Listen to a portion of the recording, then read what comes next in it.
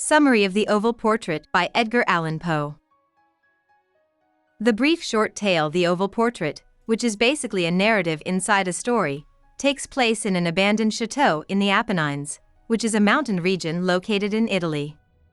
It occurs at some point in the early 19th century, in an unspecified year.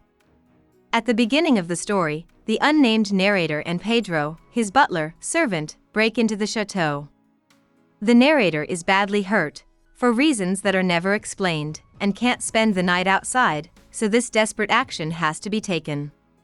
The narrator and Pedro hide out in a small room in a faraway part of the building. The room is worn out but beautifully furnished, a dark and grand setting for a romantic night. There are carpets, armorial trophies, and many paintings in fancy gold frames on the walls of this room. The storyteller is partially hallucinating because of an injury that isn't explained. He is deeply interested in the drawings. He tells his servant to close the blinds for the night and sits in front of a tall candelabrum to think about the pictures. He also finds a tour book on his pillow that tells him more about the paintings in the house. While the narrator reads and looks deep into the night, Pedro has fallen asleep. The narrator is completely mesmerized by what he sees.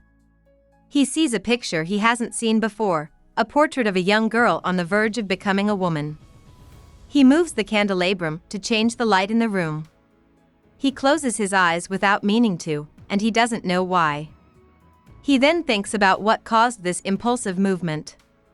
He quickly comes to the conclusion that it has nothing to do with the way the picture was done, a scene in the style of Thomas Sully, or with how beautiful the girl in it is.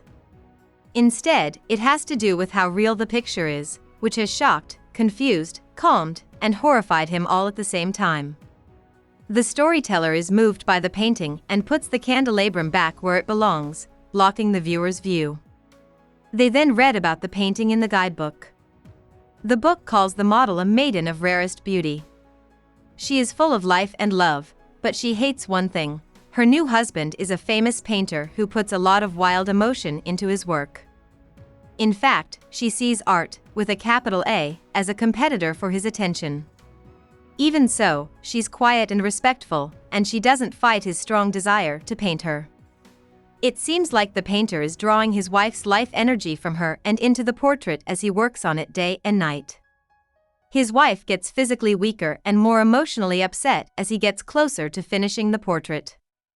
But the painter is so focused on his work that he barely takes his eyes off of the painting. He doesn't see what's going on with his wife until it's too late. Just as the picture looks the most real it ever has, he finally looks up at her and realizes that she has died. About the author. He was born in Boston.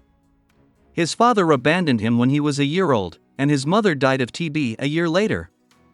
Poe got a great education after being taken in by a rich businessman and slave seller, but he had a hard time fitting in with other people. Throughout his life, he went back and forth between trying to fit in and wanting to find himself. Poe served in the service in a number of different roles, but he was eventually let go after several failed attempts to meet standards. His bad behavior and gaming bills caused him to lose the support of his foster family and his good name. Poe drank too much, and his sad and dark feelings often showed up in his works in disturbing ways. Even so, he wrote a lot, including dozens of poems and short stories, as well as several articles and 2 books that were published in parts.